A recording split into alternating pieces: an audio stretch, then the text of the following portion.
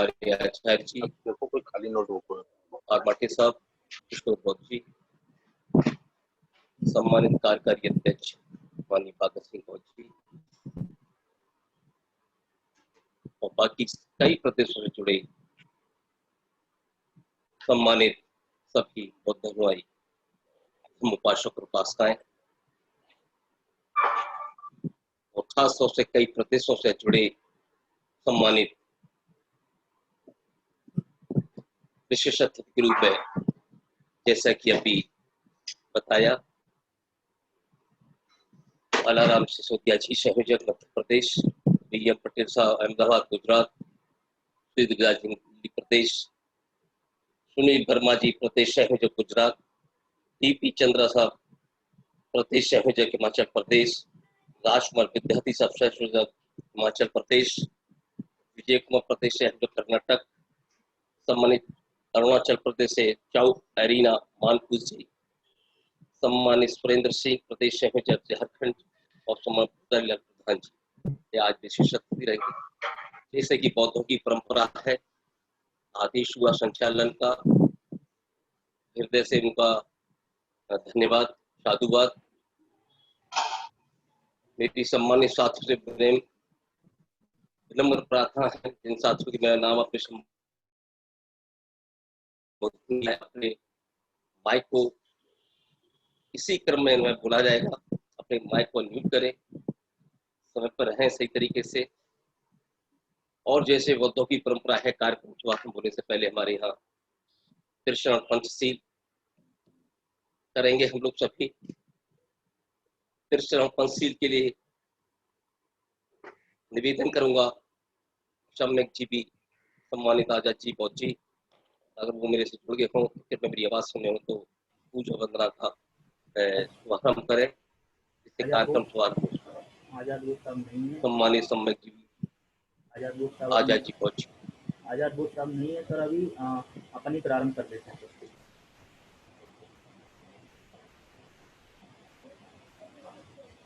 सभी लोग पूजा वंदना का जिस तरह से पंचशील करते हैं अपने आसन में,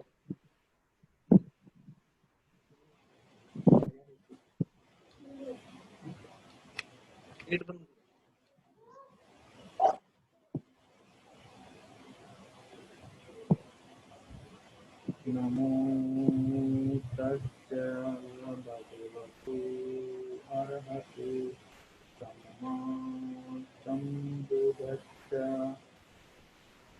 नमो तस्सै भगवतो अरहतो सम्मा सम्बुद्धिस्सै।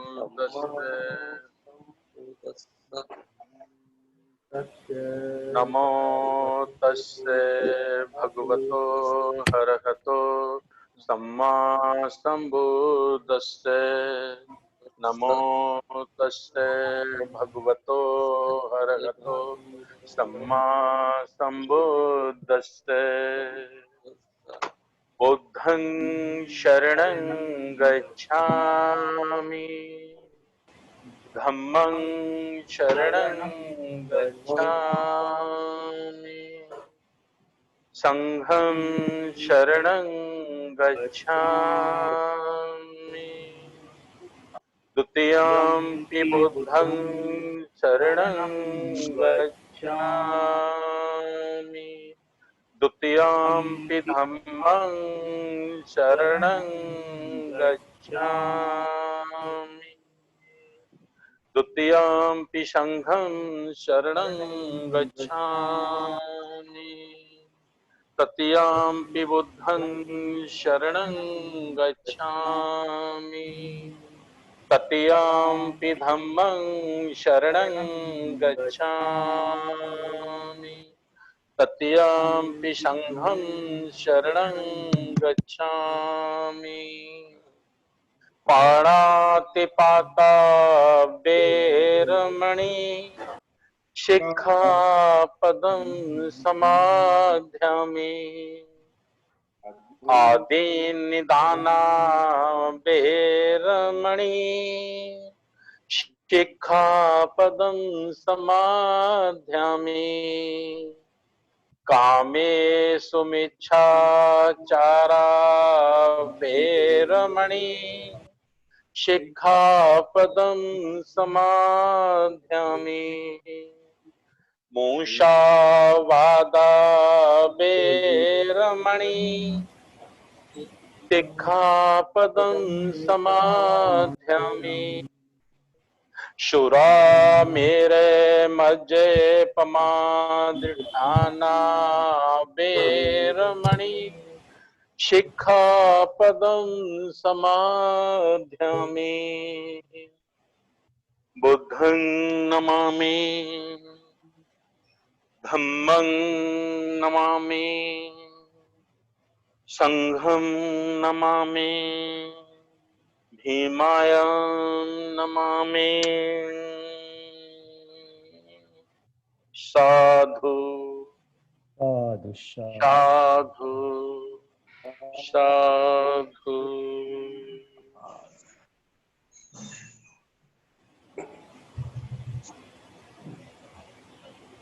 माननीय संचालक महोदय जी से निवेदन है कि वह आगे की कार्रवाई का शुभारंभ करें।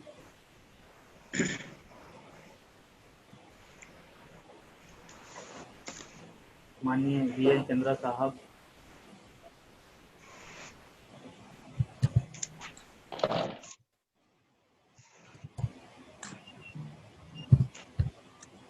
अपने माइक को अनम्यूट कर लीजिए, स्क्रीन को आप टच ना करें जिससे माइक अनम्यूट हो जाए।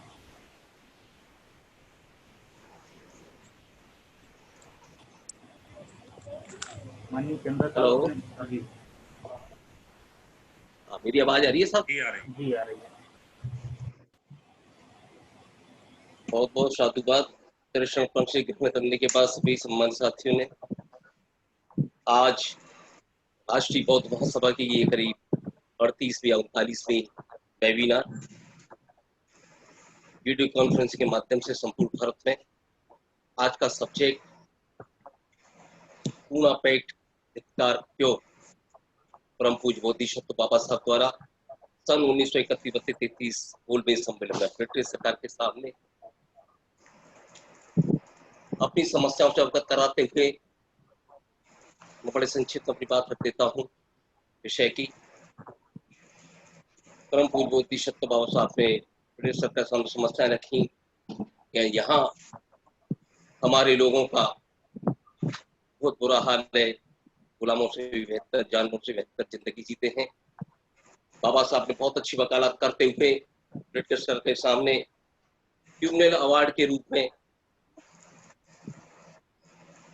अपनी विनर्स के रूप में अपनी जीत हासिल की। जो ट्यूबनेल अवार्ड मिला उसको कहते हैं पृथक निर्वाचन, 2 वोट का अधिकार। अब जितने भी सम्मानित साथी इस पर विषय पर चर्चा करेंगे तो 2 वोट का अधिकार क्या था, बाबा साहब के सामने ऐसी क्या व्यवस्था में क्यों वो बहुत विवश हो गए, उन्होंने उस पर हस्ताक्षर किए और तुरंत पता ही उन्होंने फिर उसका अधिकार किया। इन सब बातों को ध्यान में रखते हुए जिस सम्मानित साथी को संबोधन के यहाँ से अवसर मिलेगा, इस मंच से संपूर्ण भारत में लोग आपको सुन रहे हैं, समय का बहुत विशेष ध्यान रखें, अनुशासन का भी पालन करेंगे। तो आगे की कार्रवाई करते हुए सर्वप्रथम मैं निवेदन करूंगा संस्थापक महोदय से कार्यक्रम को थोड़ा सा ब्रीफ करें। वो जी प्रस्तावना में आदरणीय संस्थापक महोदय माननीय धर्म प्रकाश भारती जी से फिर अपने विशेषज्ञों को अवसर मिलेगा। मैंने जैसे बोला इसी तरह से वो क्रम में बैठे रहेंगे, एक एक करके उसी क्रम में सभी लोगों ने। आदरणीय संस्थापक महोदय। महाकारुणिक तथागत गौतम बुद्ध बोधिसत्व परम पूजनीय बाबा साहब डॉक्टर अंबेडकर जी, बहुजन समाज में जन्मे सभी गुरु संतों को नमन करते हुए आज के हमारे वेबिनार के मुख्य अतिथि, विशिष्ट अतिथि, संपूर्ण भारत के कोने कोने से जुड़े हुए राष्ट्रीय बौद्ध महासभा के राष्ट्रीय कार्यकारिणी के सदस्यगण, प्रदेशों के संयोजक, सह संयोजक, प्रदेश कार्यकारिणी के सदस्यगण, सम्मानित वरिष्ठ साथी और समर्थक साथी, सभी को मेरा सादर नमो बुद्धाय, जय भीम। साथियों, राष्ट्रीय बौद्ध महासभा ने ये पूना पैक्ट का धिक्कार क्यों विषय पर आज वेबिनार आयोजित की है और इसमें हमारे 10 सम्मानित जिम्मेवार साथियों को इस विषय पर अपनी बात रखने के लिए आमंत्रित किया है। मैं केवल 10 सेकंड में ये निवेदन करना चाहता हूं कि तथागत गौतम बुद्ध का जो आंदोलन था, 45 वर्षों का जो उनका आंदोलन था, वो पूर्णतः सामाजिक, आर्थिक, राजनीतिक क्रांति था, बदलाव था। लेकिन कुछ चंट चालाक किस्म के लोगों ने उनके धम्मों में प्रवेश पाकर उस आंदोलन को प्राय समाप्त कर दिया और उसको पूजनीय बना दिया। दूसरा पहलू मैं आपके बीच में रखना चाहता हूं कि परम पूजनीय बाबा साहब डॉक्टर अंबेडकर जी का जो संपूर्ण जीवन संघर्ष है वो पूरी तरह से तथागत गौतम बुद्ध के पद चिन्हों पर आधारित है, उनकी शिक्षाओं पर आधारित है। तो इन विषय जो हमारे देश में आज छूटे पड़े हैं, कोई भी सामाजिक दल, कोई भी राजनीतिक दल, कोई भी हमारा धार्मिक दल या अन्य छोटे मोटे जितने भी संगठन हैं, तो इन विषय पर उनका सोच नहीं है। तो हमने ऐसा निर्णय लिया कि हमें जो मुख्य विषय हैं उनके बीच में हमें अपनी चर्चा करानी चाहिए और उनका निराकरण के बारे में भी हमको सोच विचार करना चाहिए। 24 सितंबर को पूना पैक्ट धिक्कार दिवस राष्ट्रीय बौद्ध महासभा के माध्यम से संपूर्ण राष्ट्र में मनाया जाएगा। और जैसा कि मैंने आपको एक प्रशिक्षण के माध्यम से बताया था कि हम लोग 25 बिंदु जिनकी आवश्यकता है पूरे संपूर्ण देश में, उनको आंदोलन के रूप में परिवर्तित करना चाहते हैं। तो उसी कड़ी में 24 सितंबर को भारत के संपूर्ण देश से प्रत्येक जिले से जिला अधिकारी के माध्यम से महामहिम राष्ट्रपति महोदय को 5 सूत्रीय मांग का ज्ञापन पत्र भी दिया जाएगा। उसी की कार्रवाइयों में हम लोग लगे हुए हैं। 5 जो मुख्य बिंदु होंगे उनमें पहला बिंदु होगा पृथक निर्वाचन लागू करो, राजनीतिक आरक्षण समाप्त करो, ये पहला होगा। दूसरा होगा साकेत नगरी अयोध्या को बौद्ध विश्व रत्न घोषित करो, मंदिर निर्माण पर पुनर्विचार करो। तीसरा होगा निजीकरण बंद करो, राष्ट्रीय संपत्ति की रक्षा करो। चौथा होगा शिक्षा का राष्ट्रीयकरण करो, समान शिक्षा पद्धति लागू करो। और 5वां होगा ईवीएम वोटिंग मशीन बंद करो, बैलेट पेपर से चुनाव शुरू करो। तो इन 5 बिंदुओं को लेकर 24 सितंबर को प्रत्येक जिले के माध्यम से राष्ट्रीय बौद्ध महासभा के जो जिलाध्यक्ष होंगे, जिला संयोजक होंगे, उनके साइन से ये ज्ञापन पत्र राष्ट्रपति महामहिम को दिया जाएगा। ज्ञापन का प्रारूप सेंटर ऑफिस से बनाकर आप सब लोगों को भेज दिया जाएगा। तो इन विषय पर आज का जो विषय रखा गया है, पूना पैक्ट का धिक्कार क्यों, तो मैं आने वाले वक्ताओं से ये निवेदन करना चाहूंगा कि 5 मिनट से लेकर 8 मिनट तक के बीच में, 5 मिनट से 8 मिनट, अधिकतम 10 मिनट अनुशासन का आप लोग बहुत ध्यान रखें और अपनी बात इस विषय पर रखें। मैंने प्रस्तावना के रूप में आज का जो मुख्य विषय है उसकी मैंने चर्चा आप लोगों के बीच में कर दी है। बहुत बहुत धन्यवाद। आगे की कार्रवाई राष्ट्रीय संगठन सचिव वीएल चंद्रा साहब शुरू करें। बहुत बहुत धन्यवाद।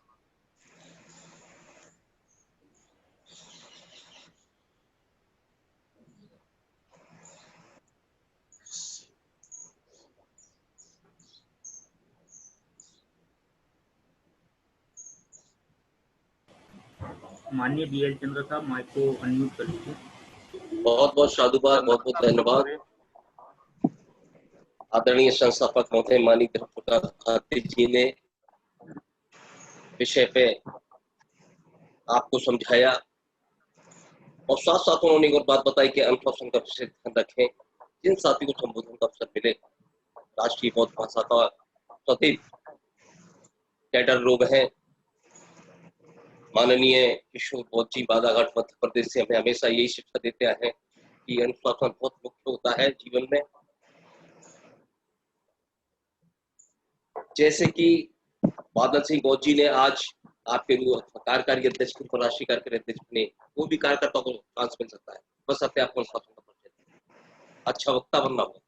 माननीय धर्मप्रकाश भारती जी जितनी सारी चीजें आपको बताते हैं, अगर आप उन्हें नोटिंग करके अपने आचरण में ले लें तो आप भी भविष्य में बहुत अच्छे वक्ता बन सकते हैं, बहुत अच्छे कार्यकर्ता बन सकते हैं, बहुत अच्छे राष्ट्रीय बन सकते हैं, आचार्य बन सकते हैं।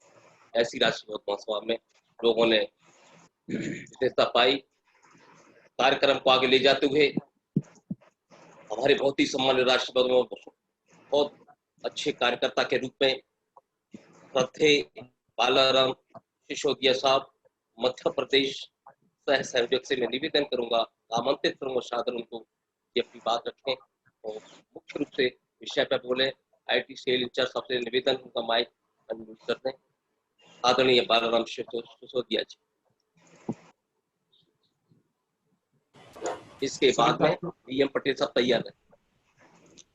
सभी साथियों को नमो बुद्धाय, जय भीम, जय प्रबुद्ध भारत, जय संविधान। साथियों, सर्वप्रथम करुणा के महासागर महाकारुणिक तथागत सम्यक संबुद्ध को नमन करते हुए बोधिसत्व बाबा साहेब डॉक्टर अंबेडकर जी को नमन करते हुए बहुजन समाज में जन्मे तमाम संतों, गुरुओं, महापुरुषों और क्रांतिकारियों और प्रबुद्धजनों को नमन करते हुए मैं बालाराम सिसोदिया सह संयोजक राष्ट्रीय बौद्ध महासभा मध्य प्रदेश, मुझे आज एक अवसर आपके माध्यम से प्राप्त हुआ है। इसका विषय है पूना पैक्ट धिक्कार दिवस।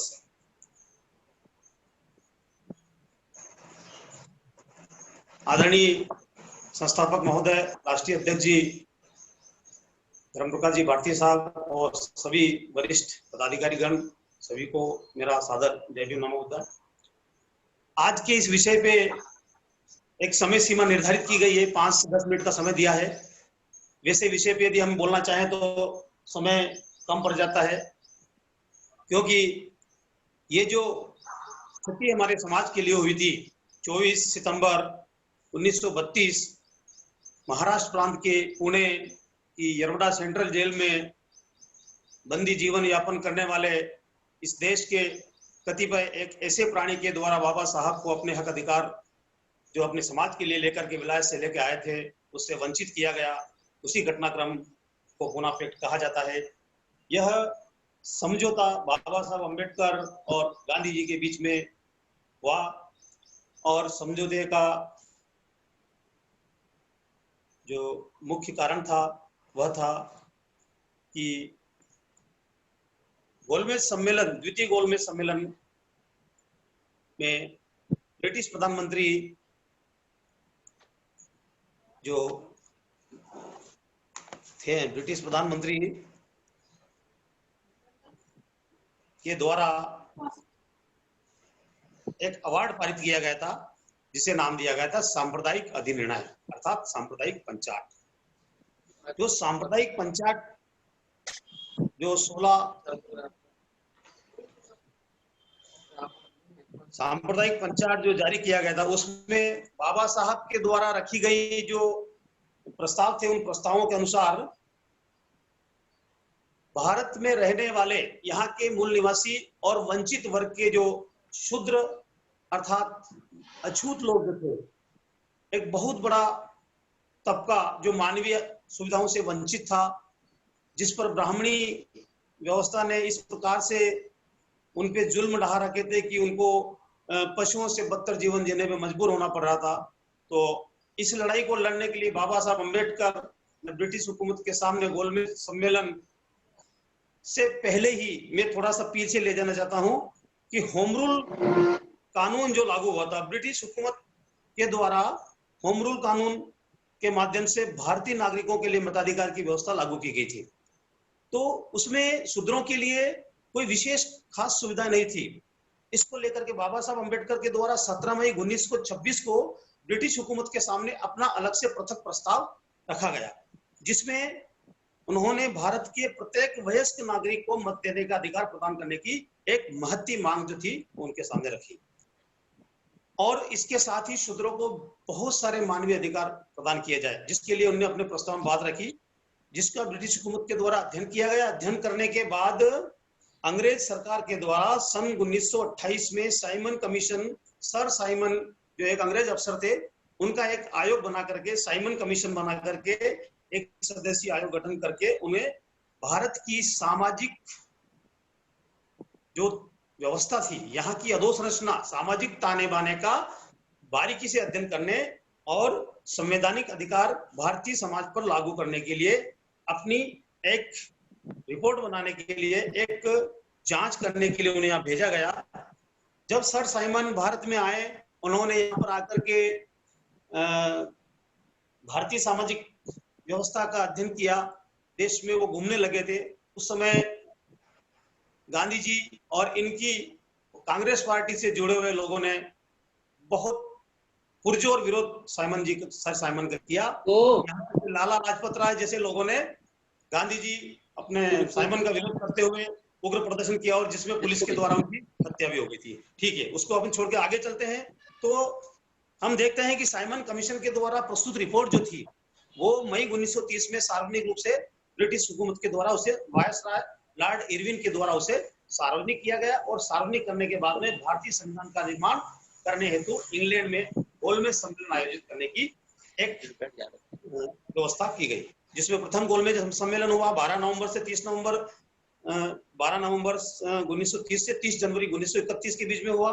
द्वितीय गोलमेज सम्मेलन सितंबर से दिसंबर 1931 में हुआ। तृतीय गोलमेज सम्मेलन नवंबर से दिसंबर 1932 में हुआ। तो हम यहाँ देखें कि द्वितीय गोलमेज सम्मेलन जो हुआ था उसमें यह निष्कर्ष सामने आया कि 16 अगस्त 1932 को ब्रिटिश प्रधानमंत्री रैमजे मैकडॉनल्ड के द्वारा सांप्रदायिक पंचायत अर्थात सांप्रदायिक अधिनिर्णय पारित किया गया, जिसे ही हम कम्युनल अवार्ड कहते हैं। बाबा साहब के प्रस्ताव को पूरा सम्मान देते हुए, यहाँ की सामाजिक व्यवस्था का अध्ययन करते हुए उन्होंने इस कम्युनल अवार्ड को जारी किया, जिसमें भारतीय शूद्रों, अछूतों, वंचितों, दलितों के लिए उस कम्युनल अवार्ड में 2 मत का अधिकार था, दोहरा मत का अधिकार था। एक मत जो था उसमें ऐसी व्यवस्था थी कि जहां अछूतों की बहुतायत संख्या होगी, उस क्षेत्र में अछूतों के लिए एक पृथक प्रतिनिधि का निर्वाचन होगा। उस पृथक प्रतिनिधि का निर्वाचन होगा, उसमें सिर्फ अछूत वर्ग के, शूद्र वर्ग के अर्थात दलित वर्ग के लोग ही उसको मत देंगे, अर्थात मताधिकार मत देने का अधिकार सिर्फ शूद्रों को ही होगा। यूं कहें कि शूद्रों के द्वारा ही उस प्रतिनिधि को चुन करके असेंबली में, विधायिका में भेजा जाएगा। और दूसरा जो मत का अधिकार था वह सामान्य रूप से सभी नागरिकों को जो मत का अधिकार प्राप्त होता है वही अधिकार शूद्रों को भी प्राप्त हुआ। यानी कि बाबा साहब की जो पहल थी उस पर अंग्रेजों ने उसको स्वीकार किया, और सामाजिक ताने बाने को समान रूप देने के लिए, सामाजिक व्यवस्था को सुचारू बनाने के लिए लागू की गई। जैसे ही यह व्यवस्था लागू होती है, इसके साथ में दूसरे अन्य कई अधिकार भी दिए गए थे। तो गांधी जी को जैसे ही पता लगा कि अम्बेडकर जो है विलायत से शूद्रों के लिए, वंचितों के लिए दोहरे मत का अधिकार लेकर के आए हैं, और दोहरे मताधिकार इनको प्राप्त होने वाले हैं, इनके लिए विशेष सुविधाएं लागू होने वाली है। तो गांधी जी ने पुणे की यरोडा जेल में ही आमरण अनशन पर बैठने की धमकी दे डाली। और हम देखते हैं कि 20 सितंबर 1932 को गांधी जी ने पुणे की यरोडा जेल में आमरण अनशन करना शुरू कर दिया।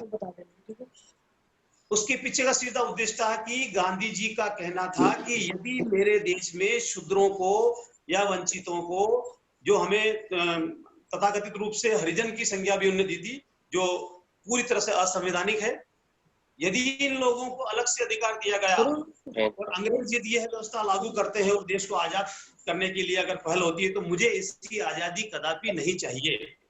अर्थात ये गांधी जी के शब्द थे कि मुझे ऐसी आजादी नहीं चाहिए जिसमें यहाँ के वंचितों को दोहरा लाभ मिले। तो गांधी जी के विरोध की वजह से वातावरण निर्मित हुआ। यहाँ तक कि राजेंद्र प्रसाद, मदन मोहन मालवीय और कई ऐसे कांग्रेसी नेता थे जिन्होंने बाबा साहब अम्बेडकर के ऊपर दबाव बनाने के लिए सभी लोग मुंबई चले गए, उस समय तत्कालीन मुंबई में। और यहाँ तक कि गांधी जी की पत्नी कस्तूरबा भी उनके साथ थी। सभी लोगों ने जाकर के बाबा साहब अम्बेडकर पर दबाव बनाया कि आप सामाजिक समरसता को बनाए रखने के लिए आप गांधी जी द्वारा रखे गए प्रस्ताव का आप उसको स्वीकार करें, और ये दोहरे मत की व्यवस्था जो है इसका विरोध जो गांधी जी कर रहे हैं उसमें गांधी जी का आप सहयोग प्रदान करें। तो ऐसी कई प्रकार की बातें उनके सामने रखी गई। बाबा साहब को धमकियां भी आने लगी, बाबा साहब को कई खत मिले, यहाँ तक कि उनको जान से मारने की धमकी दी गई। और इससे आगे हम देखते हैं कि महाराष्ट्र में और अन्य कई क्षेत्रों में दलितों, वंचितों, शूद्रों और महारों की जो बस्तियां थी उनमें इन मनोवादियों के द्वारा, ब्राह्मणवादी व्यवस्था के लोगों के द्वारा, सत्ताधीशों के सिपा सालारों के द्वारा बस्तियों में आग लगा दी गई और लोगों में तबाही मचने लगी। और यहाँ तक कि कस्तूरबा ने अपना आंचल बाबा साहब के सामने फैला करके अपने पति के प्राणों की भीख मांगी। तो बाबा साहब ने देखा कि जब मेरा समाज रहेगा, मेरे समाज को ही यदि ये लोग अगर इस प्रकार से प्रताड़ित करेंगे, समाज को यदि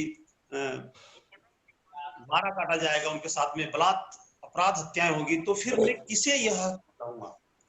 ऐसा सोचकर बाबा साहब बहुत दुखी और दुखी मन से बाबा साहब पुणे गए और पुणे की येरवड़ा जेल में जाकर के बाबा साहब ने बहुत दुखी मन से उनके दर्द के जो आंसू बह रहे थे उनको थामते हुए उन्होंने गांधी के साथ 24 सितंबर की रात्रि में उस ऐसे काले समझौते पे हस्ताक्षर किए जिसमें बाबा साहब ने अपने पूरे संघर्ष की बदौलत जो हमें 2 मतों का अधिकार दिलाया था, जो हमें एक ऐसा हक अधिकार दिलाया था जिससे कि हमारा समाज उन्नतियों के शिखर को छू जाता, उस अधिकार को वापस लेने के लिए मजबूर और दुखी मन से बाबा साहब ने जिस पे हस्ताक्षर किए।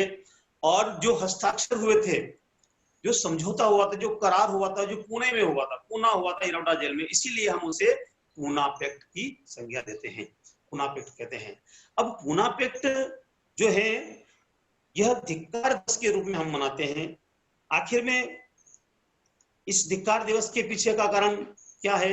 हम देखते हैं कि उस समय की प्रांतीय असेंबलियों में जो हमें एक सीमित संख्या में प्रतिनिधि थे, 71 प्रतिनिधियों तक का प्रावधान था विधायिका में, प्रांतीय असेंबलियों में, और विधायिका में कोई विशेष प्रावधान नहीं था। तो इस जो पूना पैक्ट में एक प्रतिनिधित्व की बात को बाबा साहब ने फिर रखा और उसमें 71 से बढ़ा करके 148 सदस्यों को प्रांतीय विधानमंडलों में स्थान दिया जाए और केंद्रीय विधायिका जो है उसमें हमारे इस वंचित वर्ग, शूद्र वर्ग के लोगों को, अछूत वर्ग के लोगों को 18% एक प्रतिनिधित्व जो है उनका निर्धारित किया जाए। इस प्रकार की, इसके साथ ही अन्य कई ऐसी बातें भी बाबा साहब ने रखी जिसमें कि हम देखेंगे कि सामाजिक व्यवस्था को समान बनाने के लिए भी कई प्रावधान किए गए थे। राजनीतिक आरक्षण के साथ ही बाबा साहब ने उस समय और भी कई बातें रखी जिनमें से कुछ महत्वपूर्ण बातों को माना गया और उस पे हस्ताक्षर किए गए। बाबा साहब ने आगे चल के 1942 में अपनी एक पुस्तक लिखी थी। उस पुस्तक का नाम था स्टेट ऑफ माइनॉरिटीज।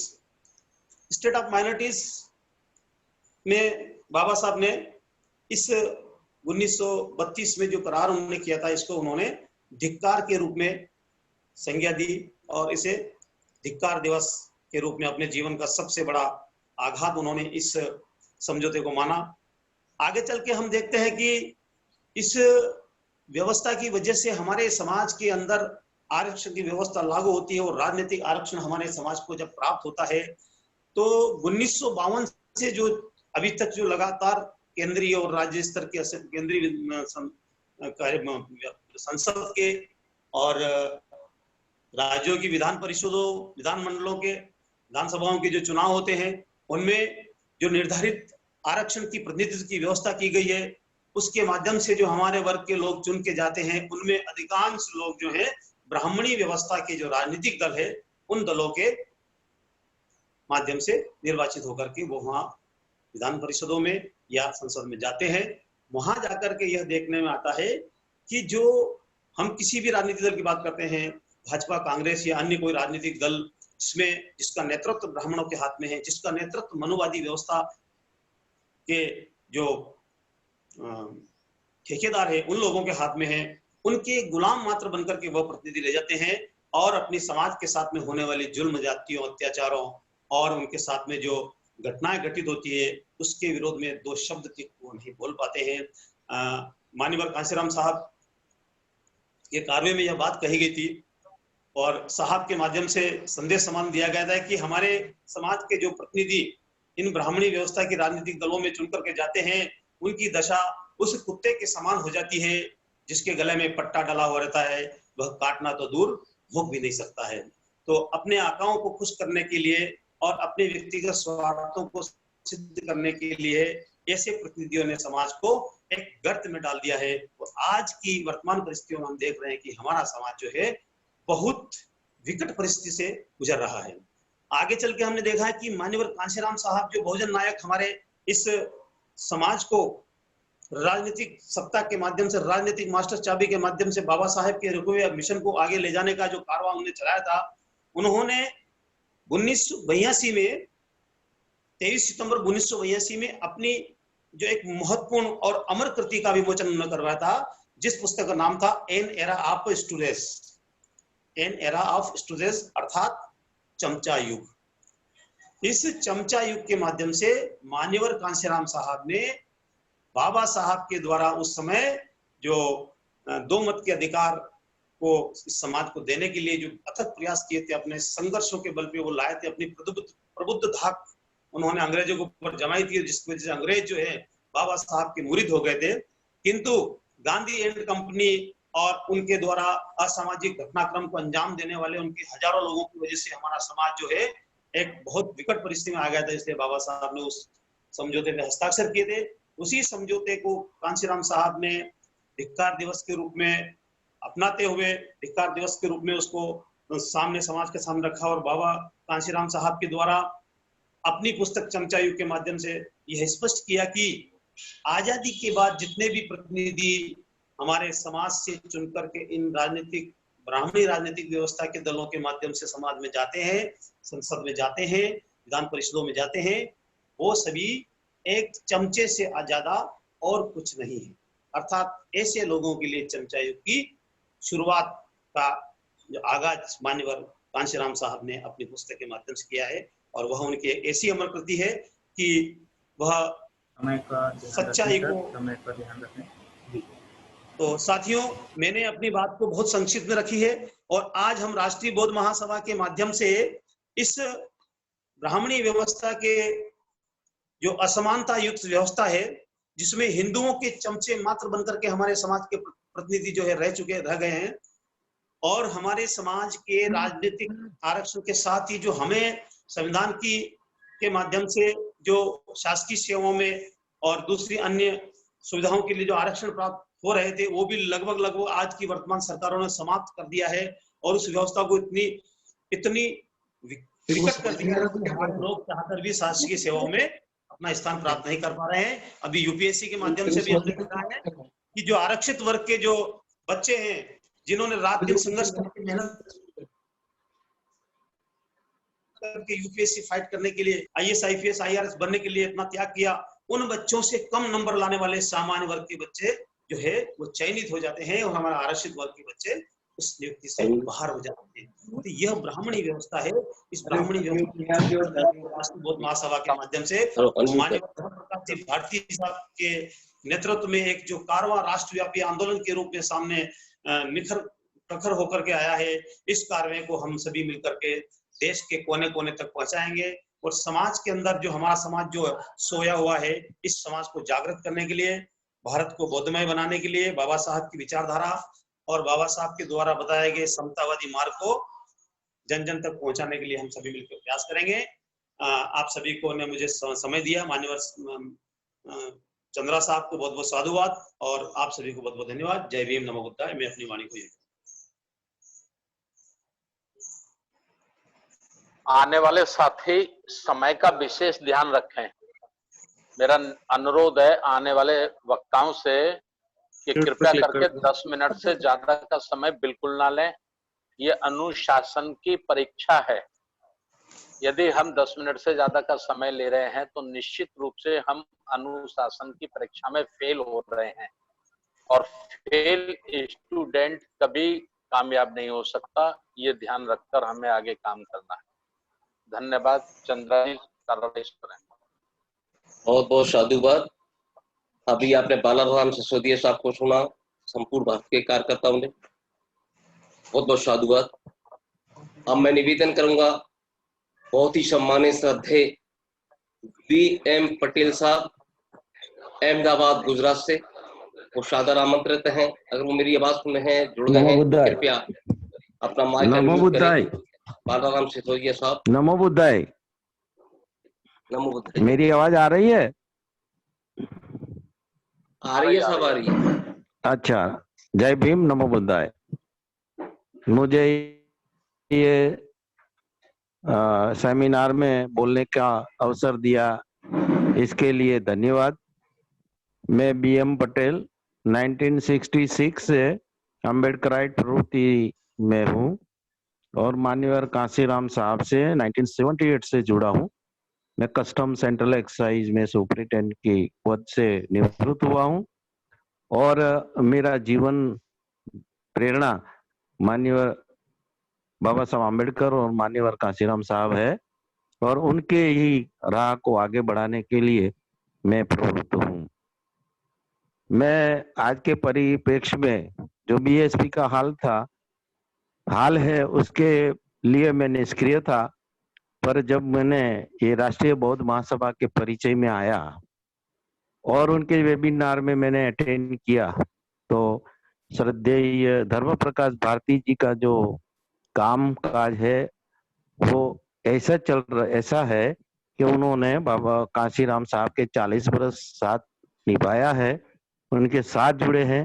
तो उन्होंने जो सफल काम किया, ऐसा एक सफल काम मुझे लगता है कि श्रद्धेय धर्म प्रकाश भारती जी कर रहे हैं और मुझे भरोसा है, विश्वास है कि ये कारवां बहुत आगे बढ़ेगा, क्योंकि उनका जो रोड मैप है, उनका जो उद्देश्य है और उनकी जो कार्रवाई है, उनका प्रभावी वक्तव्य है, तो ये बिल्कुल हमें एक बहुत बड़ा नेतृत्व मिला है। और मैं सभी साथियों से निवेदन करता हूं कि धर्म प्रकाश भारती जी का खूब सम्मान करें, उनको सुने, उनकी बात को आगे बढ़ाए, यही मैं चाहता हूं। RBM जिस तरह से काम कर रहा है और इस वेबिनार में जो हमें पूना पैट के धिक्कार दिवस के लिए जो हमें कहा गया है बोलने के लिए, तो मैं मानता हूं कि बहुत ही, मैं इतनी विस्तार से नहीं, क्योंकि सब साथियों का टाइम है, मैं आपको भरोसा दिलाता हूं कि मैं टाइम से ही बोलूंगा। ये जो प्रथम गोलमेज परिषद हुई है लंदन में, उसमें बाबा साहब ने भाग लिया और बहुत ही असरकारक तरीके से हमारे ऐसी समाज के लिए इतनी जोरदार वक्तव्य दिया और इतनी अच्छी बात, इतना असरदारक होने के वजह से ब्रिटिशर जो है वो मजबूर हुए कि भाई हमें कुछ करना पड़ेगा। तो उन्होंने साइमन कमीशन बनाया और भारत में भेजा और उनके फलस्वरूप 24/9 ये कम्युनल अवार्ड जाहिर हुआ। ये और इस कम्युनल अवार्ड में हमें 2 वोटों का अधिकार मिला। ये बाबा साहब का बहुत ही अत्यंत काम जो था, बहुत बड़ा काम था कि हमारा समाज का सुवर्ण अवसर था, वो गांधी ने फेल कर दिया। बाबा साहब जब ये गए और वो वक्तव्य दिया, तब से गांधी जी चौकन्ना हो गए थे। और जब ये कम्युनल अवार्ड जाहिर हुआ तो उन्होंने कहा मैं मरने का पसंद करूंगा, पर ये पुनः कम्युनल अवार्ड को ये जो दिया है उसको मैं नहीं लागू होने दूंगा। और उन्होंने फिर पुनः, ये जेल में थे तो पुनः येरवड़ा जेल में इसके विरुद्ध आमरण अनशन किया। और बाबा साहब के इतने लहू से भरे धमकी मिलने लगी कि बाबा साहब भी सोचने लगे। वो धमकी में ऐसा भी कहा कि यदि गांधी को कुछ हो गया तो हम तुम्हारी समाज को जिंदा जला देंगे, तुम्हारे पूरे समाज को हम खाक कर देंगे। तो बाबा साहब मजबूर होने लगे कि जब जिसके लिए मैंने ये काम ये लाया हूँ वही समाज नहीं रहेगी तो ये क्या मतलब है। तो उनको मजबूर होना पड़ा, सोचने लगे कि मुझे पीछे हटना पड़ेगा। तो बाबा साहब ने फिर बहुत ही दुखी मन से ये पूना पैक्ट में साइन किया। और जैसे पूना पैक्ट साइन हुआ तो चमचा युग निर्माण हुआ।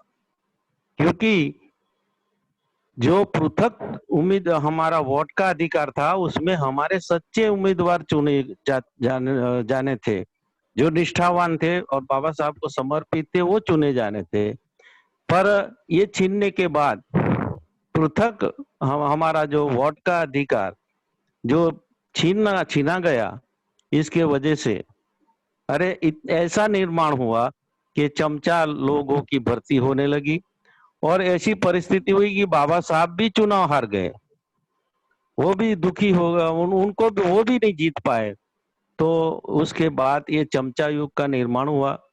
आप जानते हैं आज की परिस्थिति में कि जो ये आरक्षण, राजनीतिक आरक्षण पर जो उम्मीदवार चुने जाते हैं जी, जो चुने जाते हैं वो उनका पक्ष को वफादार रहते हैं, वो समाज को वफादार नहीं रहते। हेलो हेलो हेलो हाँ जी, बोलिए बोलिए, आप बोलिए पटेल साहब।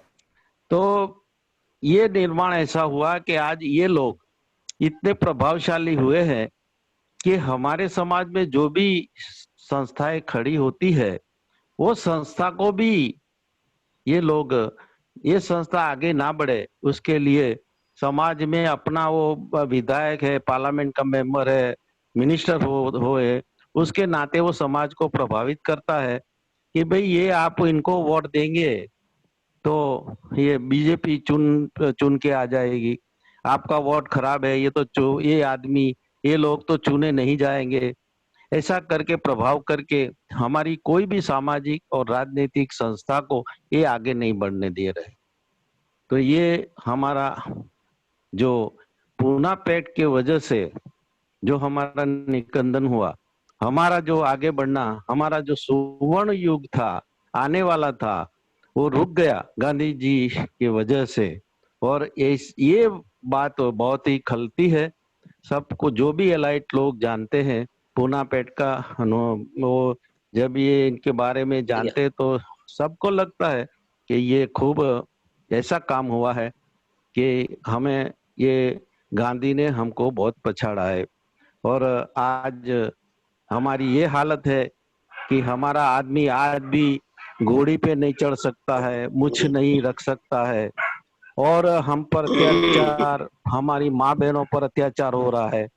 और आज की जो राजनीतिक सत्ता है वो और मीडिया दोनों मिलकर जो पाखंडवाद और अंधश्रद्धा फैला रहे हैं, उससे बहुत ही हमें विडंबना हो रही है, हमारा अत्याचार अभी बढ़ गया है। तो इस बात को हमें पुरजोर से धिक्कार करना चाहिए। और जो धर्म प्रकाश भारती जी ने मांग रखी है, उनका हर एक जिले के हमारे ये सम्मानित जिम्मेदार साथियों को इसको बहुत ही असरदार तरीके से हर एक जिले में हमें इसका ज्ञापन देना है, उनका साथ सहकार देना है और बहुत ही असरदार तरीके से हमें इसको आगे बढ़ाना है। और जो 25 मुद्दों का उन्होंने धर्म प्रकाश भारती जी ने जो बताया है वो एक सीमा चिन्ह है। और यदि हम इसमें सफल होते रहे और आगे बढ़ते रहे तो मैं मानता हूं कि ये जो हमारी राष्ट्रीय बौद्ध महासभा है आज ऐसे दौर पे पहुंचेगी कि राजनीतिक सत्ता हमारे पास आएगी और हमको कहेगी कि वोट दिलाओ, और हम उस पर प्रभावित होकर हम उनको, हम कहे ऐसा करे ऐसा अभी निर्माण होने जा रहा है, मुझे ऐसा लगता है।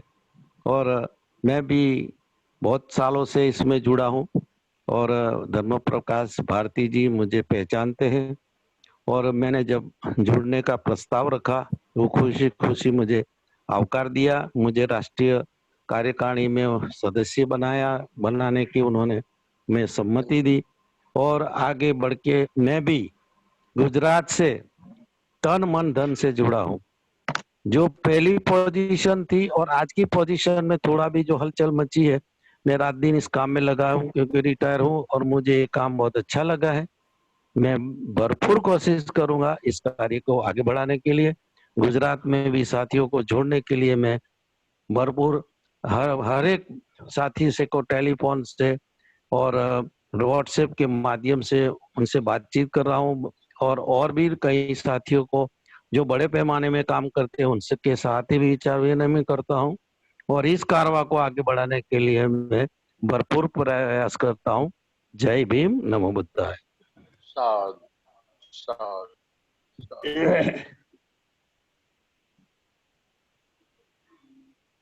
और वापस बोलो।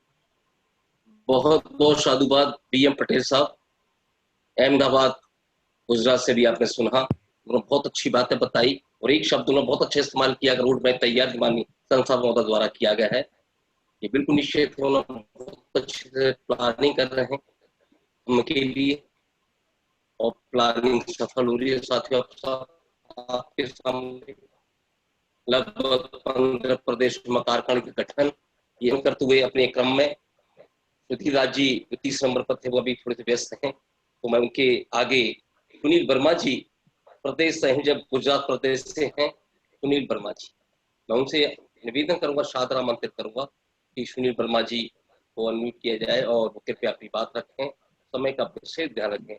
परम आदरणीय सुनील वर्मा जी प्रदेश संयोजक गुजरात। सुनील वर्मा जी जुड़ गए हैं तो कृपया। पहले तक सुधीरराज साहब हैं,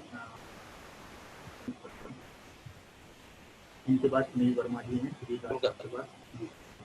अभी अभी उनका फोन आ गया था,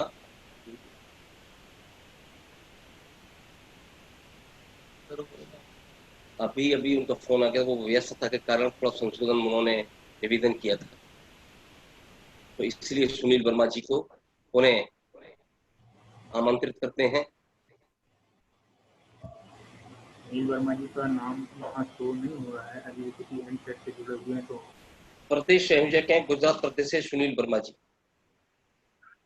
मेरी कल उनसे बात भी हो गई।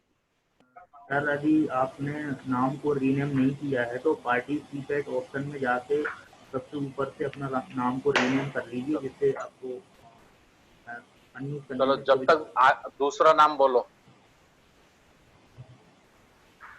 डीपी चंद्र साहब अगर मेरे से जुड़ गए हो, आदरणीय डीपी चंद्र साहब रिटायर्ड आईपीएस प्रदेश संयोजक हिमाचल प्रदेश, उनका भी कल एक मजबूरी थी कि वो आउट ऑफ स्टेशन थे, इंटीरियर थे काफी, तो उनकी जगह राजकुमार विद्यार्थी साहब हिमाचल प्रदेश से, सह संयोजक हिमाचल प्रदेश। क्या नाम सर? राजकुमार विद्यार्थी साहब,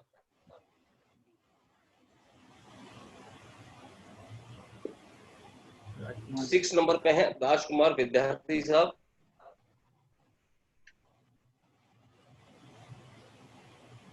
राजकुमार विद्यार्थी साहब जुड़े मुझे हैंड्स अप कर दीजिए।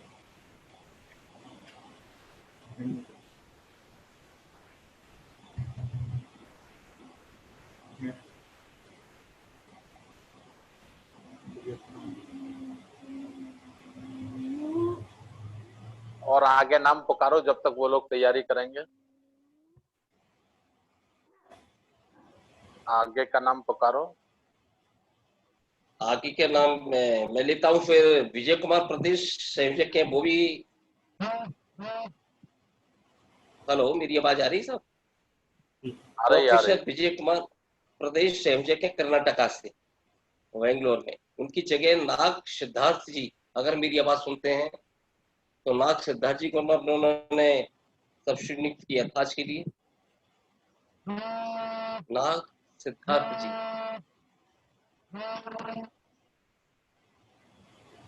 हेलो, ठीक सर। नाग सिद्धार्थ जी अगर जुड़े हो तो रहेगा, लेकिन अभी अभी दिल्ली प्रदेश के सुधीर राजी हमसे जुड़ चुके हैं। दिल्ली प्रदेश से रघुराज सिंह जी हमसे जुड़ चुके हैं। मैं पुनः उनसे निवेदन करूंगा। विराट साहब माइक अनम्यूट कर लीजिए। मेरी आवाज सुन रहे हैं? दिल्ली प्रदेश से रघुराज सिंह जी जुड़ चुके हैं हमसे। जी आवाज आ रही है आपकी। आप अपना माइक अनम्यूट करें। माइक आवाज आ रही है आपकी चंद्रा जी। आपका बहुत बहुत साधुवाद। धन्यवाद। मैं आपसे विनय निवेदन है मेरा कि आप पूरा पैक्ट का धिक्कार विषय पर चर्चा करें। आदरणीय सुधीर राज सिंह, दिल्ली प्रदेश। सभी जुड़े हुए 366-65 बुद्धिजीवी साथियों, जय भीम, नमो बुद्धाय।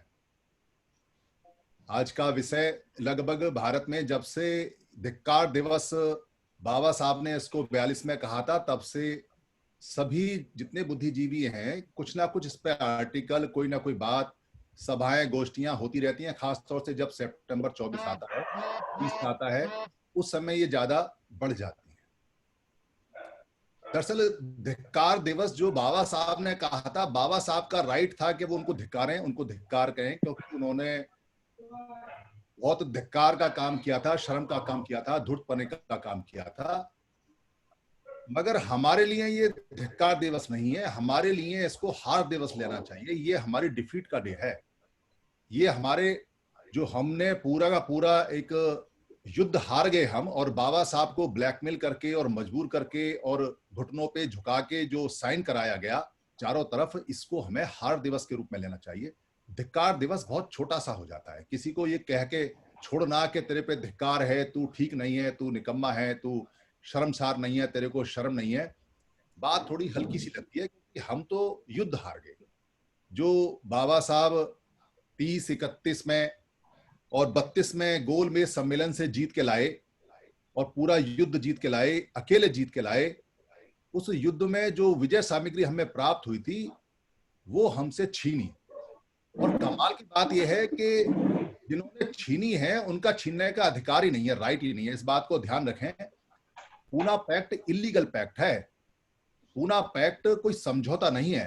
पूना पैक्ट युद्ध में हारे हुए एक समझौते का नाम है, और छदम से, मजबूरी से और ब्लैकमेल करके युद्ध में हराया गया एक जबरदस्ती का, जैसे 72 या 71 या 65 के युद्ध में जो पाकिस्तान को झुकाया भारत ने और समझौता किया, सिमला समझौता, ठीक इसी तरह से है। सारे हमारे लोगों को बंधक बना के, उनको मारने की धमकी देके, बाबा साहब को मारने की धमकी देके, और चारों तरफ ऐसा माहौल बना के कि हम छोड़ेंगे नहीं, खत्म कर देंगे, ये कर देंगे, वो कर देंगे। ये इस तरह से एक युद्ध चारों तरफ से हुआ, और जिसमें बाबा साहब को अपनी सेना बचाने के लिए मजबूरन खून के आंसू के साथ में साइन करने पड़े, मगर समझौता इलीगल है। दरअसल हमने समझौते को कभी यूएनओ में, कभी ब्रिटेन के आगे उठाया नहीं। ब्रिटेन ने हमें आज तक आजाद नहीं किया है, ट्रांसफर हुआ है पावर का। इसलिए हम ब्रिटेन से कह सकते हैं कि जो समझौता हुआ और जो अवार्ड आपने दिया, जो हमें चीजें आपने दी, उनको छीनने का राइट किसी और व्यक्ति का है ही नहीं। और अगर वो समझौता है तो वो मान्य हो ही नहीं सकता, क्योंकि वो 3 पार्टियां थी उस समय।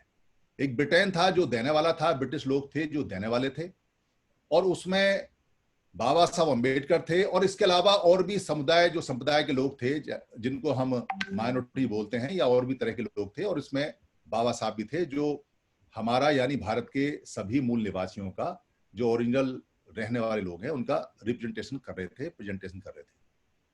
तो जब समझौता वहां गोलमेज सम्मेलन पर हुआ है और कोई बात पसंद नहीं आई और वहां बात नहीं मानी गई, तो ये बात तय थी कि कोई और इसको समझौते को माने या ना माने, मगर छीन नहीं सकता। और बाबा साहब को वहां उन्होंने यस किया, वहां माना, और उसके बाद उन्होंने धोखा दिया, जैसा कि उनका धोखा देने का सिद्धांत, जो महारथ हैं, जिनको पाली में महारथ बोलते हैं, यानी बड़ा रथ, बड़ा रथी, और हिंदी में या संस्कृत भाषा में बोलते हैं बृहदत्त या बृहदत्त। तो जो महादत्त हैं या महारथ हैं, उनको जैसे धोखे से उनका राज लिया, ठीक ऐसे ही बाबा साहब से ये धोखे से और इसको अच्छी तरह से उन्होंने षड्यंत्र करके चारों तरफ प्रचार प्रसार करके ये हमसे छीना है और हमें युद्ध में एक तरह से हराया है। तो इसको हार दिवस कहेंगे तो आप जल्दी अपने युद्ध में खोई हुई सामग्री को लूटने में, वापस लेने में, जीतने के लिए प्रयास करेंगे। धिक्कार क्या होता है? एक दिन हमने एक फंक्शन कर लिया, एक लगाया, और हमने वहां कहा पूना पैक्ट में ये हुआ, पूना पैक्ट में वो हुआ, पूना पैक्ट में वो हुआ, और पूना पैक्ट धिक्कार दिवस है और हमने धिक्कार दिवस मनाया। मगर हमने अपने बच्चों को ये बताया नहीं कि ये हार दिवस है, हम हारे हैं, इसलिए हमें जीतने के लिए दोबारा से तैयारी करनी पड़ेगी। और इस हार, चूंकि ये इलीगल तरीके से बात हुई है, इसलिए इसको यूएनओ में इसकी एफआईआर करा के इसका विज्ञापन देके, क्योंकि जिन लोगों ने इसको छीना है हम उनके सामने रिक्वेस्ट करेंगे, कोई फायदा नहीं। वो तो जानते हैं कि उन्होंने जो हमारे राइट्स हैं वो लिए हैं। तो यहाँ जो एक मेन बात निकल के आती है, जो सबसे इंपॉर्टेंट है, जिसे कोई नहीं कहता और आज तक भी नहीं कहता है, उसको कहना चाहिए, उसको उठाना चाहिए, उसको समझना चाहिए।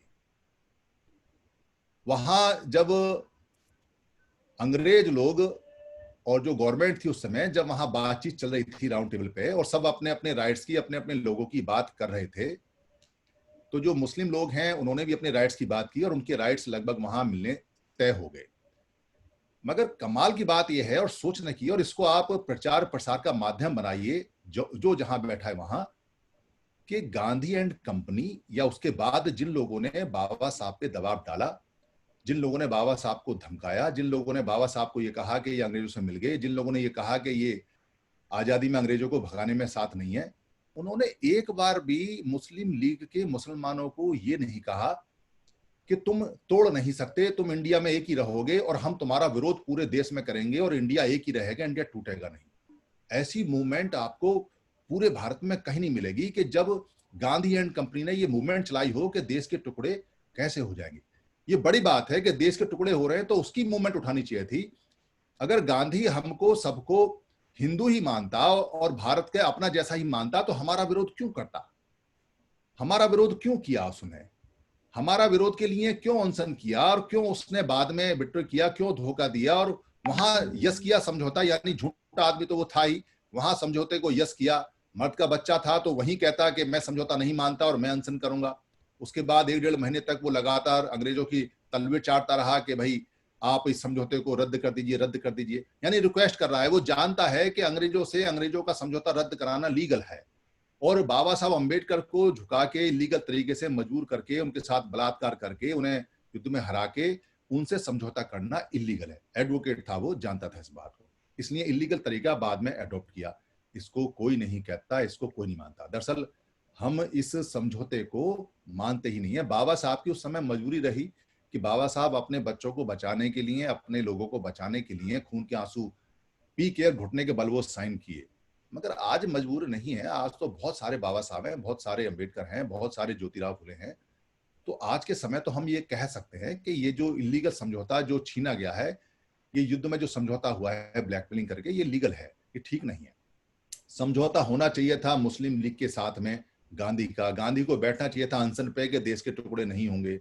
गांधी को कहना चाहिए था कि सारे लोगों को लग जाओ और मुसलमानों को मनाओ और उनसे रिक्वेस्ट करो कि भाई तुम्हारा देश का टुकड़ा नहीं होगा। बेशक अंग्रेजों ने कर दिया है, मगर हम नहीं मानते इस बात को। ये समझौता करना चाहिए था। अगर वो देश प्रेमी था, अगर वो देश का बहुत ज्यादा मानने वाला था, अगर वो सच में महात्मा था या बड़ी आत्मा था, तो उसको देश के विभाजन के लिए जान देनी चाहिए थी।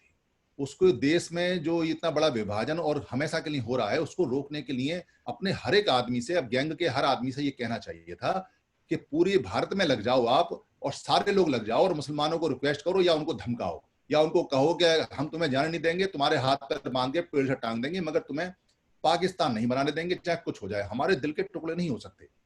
इस बात का तो मूवमेंट किया नहीं। और जिनको तुम हिंदू हिंदू कह रहे हो और जिनको ये कह रहे हो कि ये हमारे भाई हैं और ये हरिजन हैं, उनके पीछे पड़ गए हो।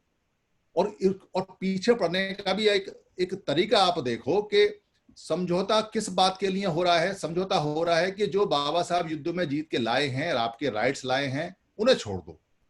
और किस बात के लिए लड़ना चाहिए था उनको इस बात के लिए लड़ना चाहिए था कि भाई आप हमारे भाइयों अलग नहीं हो। क्योंकि हमें जो वहां मिला है, एक तो ये मिला कि हमारी जो आइडेंटिटी है, हमारी जो पहचान है, वो हिंदुओं से अलग है, वो गांधी से अलग है, वो नेहरू से अलग है, वो पटेल से अलग है। ये हमारी पहचान वहां मिली हमको। और दूसरा मिला हमें 2 वोट का अधिकार, यानी हम अपने लोगों को 81 सीटों पर चुनेंगे और दूसरे लोगों को भी चुनने की पावर रखते हैं, उन लोगों को झुकाने की पावर रखते हैं।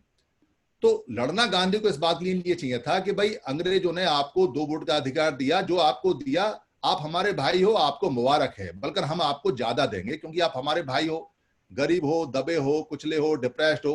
तो अंग्रेजों ने तो आपको कुछ नहीं दिया, हम आपको और भी ज्यादा देंगे, ये तो अलग बात है, मगर आप हमसे अलग मत जाओ, हमारे साथ रहो। इस बात के लिए गांधी एंड कंपनी को फाइट करना चाहिए था। मगर गांधी एंड कंपनी ने फाइट किस बात के लिए किया, किस बात के लिए लड़ रहा है? वो कहता है कि जो 2 वोट का अधिकार है, जो 81 सीटें चुनने का अधिकार है, उसे छोड़ दो और तुम अलग रहो। बेशक तुम अलग, तुम्हारी आइडेंटिटी अलग रहेगी। यानी कि आप देखो कि वो कितना बड़ा देशद्रोही व्यक्ति है जो ये कहता है कि जो तुम्हें मिला है वो तो तुम्हें छोड़ दो और तुम अलग हो जाओ। यानी कि हमें देश में रह के अलग आइडेंटिटी मानने के लिए तो तैयार है, मगर जो हमें मिल रहा है उसको देने के लिए तैयार नहीं है, उसे छीनने के लिए जान की बाजी लगा रहा है, 3-4 दिन बैठा हुआ है। इससे ये बात तय होती है कि मुसलमानों से वो तब भी घबराते थे, मुसलमानों से अब भी घबराते हैं और आज भी हमारे पीछे पड़े हुए हैं और तब भी हमारे पीछे पड़े हुए। कहते जरूर हैं कि भाई हैं, मगर अधिकार तब भी छीन लिए सारे और आज भी छीन रहे हैं। जो बाबा साहब ने दिए लगभग छीन चुके हैं।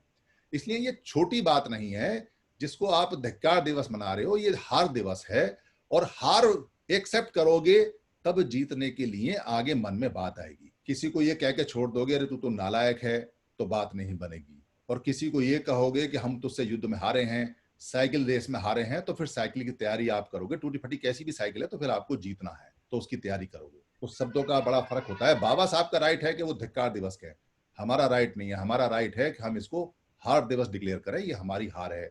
तब बच्चों को पता चलेगा कि हम हारे किससे हैं। जीतने की ललक और लालसा तब पैदा होगी। ये बात हर बच्चे को, क्योंकि कोई बता नहीं रहा है इस बात को, और इस बात को बताना चाहिए कि गांधी ने जो फाइट किया है वो हमें हिंदू कहते हुए हमें जो मिला है उसको छीनने के लिए फाइट किया है। तो या तो हम हिंदू नहीं है, या तुम हिंदू नहीं हो, या तुम भारतीय नहीं हो, या हम भारतीय नहीं है। वरना क्या बात है कि अगर जिसको तुम अपने परिवार का हिस्सा मानते हो और उसको बाहर का आदमी कुछ दे रहा है, तुम्हारे पेट में क्यों दर्द हो रहा है और तुम उसी को छीनने के लिए क्यों मरे जा रहे हो? जान की बाजी लगा दी तुमने, तो तुम तो अनशन पे बैठ गए। हालांकि कई बार अनशन से ऐसे भी उठ गए बिना उठे भी, क्योंकि आपका अनशन झूठा है। बाबा साहब ने कई बार बताया है कि ये व्यक्ति झूठा अनशन करता है, इसके अनशन में कोई दम नहीं है, नाटकबाजी ज्यादा है। साफ साफ लिखे गए हैं, लिखा हुआ है, इसलिए बोलने में कोई ऐतराज और कोई परेशानी है भी नहीं। क्योंकि कोई व्यक्ति अगर खराब काम करता है तो बाद की जनरेशन इस बात को जानती है। बड़े बड़े लोगों की मूर्तियां टूटती हैं और उनकी मिट्टी में मिला देते हैं लोग। जो अच्छे लोग होते हैं उनकी मूर्ति बने ना बने वो हमेशा रहते हैं, जैसे भगवान बुद्ध है, पूरी दुनिया में चलते हैं, क्योंकि कोई काम उन्होंने खराब किया ही नहीं है। ये बात बिल्कुल तय है। तो ये जो पूना पैक्ट है, दरअसल ये पूना जेल पैक्ट है। जेल के अंदर पैक्ट हुआ था, इसको पूना जेल पैक्ट बोलेंगे। और ये पैक्ट भी नहीं है, क्योंकि पैक्ट वो होता है जब कुछ शर्तें आप हमारी मानो और कुछ शर्तें हम आपकी मानो। आप हमें घुटने पे झुकाओ, मजबूर करो, ये दरअसल हार का समझौता है। हारे हुए व्यक्ति का, हारे हुए देश का, हारे हुए लोगों का एक समझौता है। इसको पैक्ट नहीं बोलते। पैक्ट होता है 2 कंपनियों के बीच में पैक्ट हो गया, 2 व्यक्तियों के बीच में पैक्ट हो गया, समझौता होता है। आप और हम दोनों इस बात को माने और जो बात हम माने वो बात हमारी चलती रहे, तब ये बात बनती है।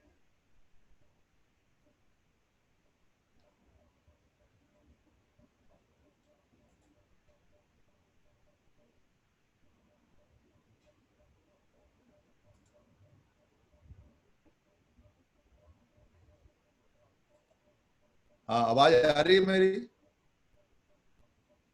जी साहब आ रही है। हाँ, वो बीच में मेरा फोन सा आ गया तो मुझे लगा शायद कट गया। तो इसलिए कुछ जो शब्दावली है इसमें, कुछ जो शब्द है इसमें, वो दोबारा से ठीक किए जाएंगे, क्योंकि सारा काम बाबा साहब का नहीं है और बाबा साहब के ऊपर ही नहीं रहना है। बाबा साहब के बच्चों को बाबा साहब से सीख के आज के हिसाब से फाइट करने के लिए चीजें निकालनी है और बतानी है, तब जाके इस बात का फायदा उठाया जा सकता है।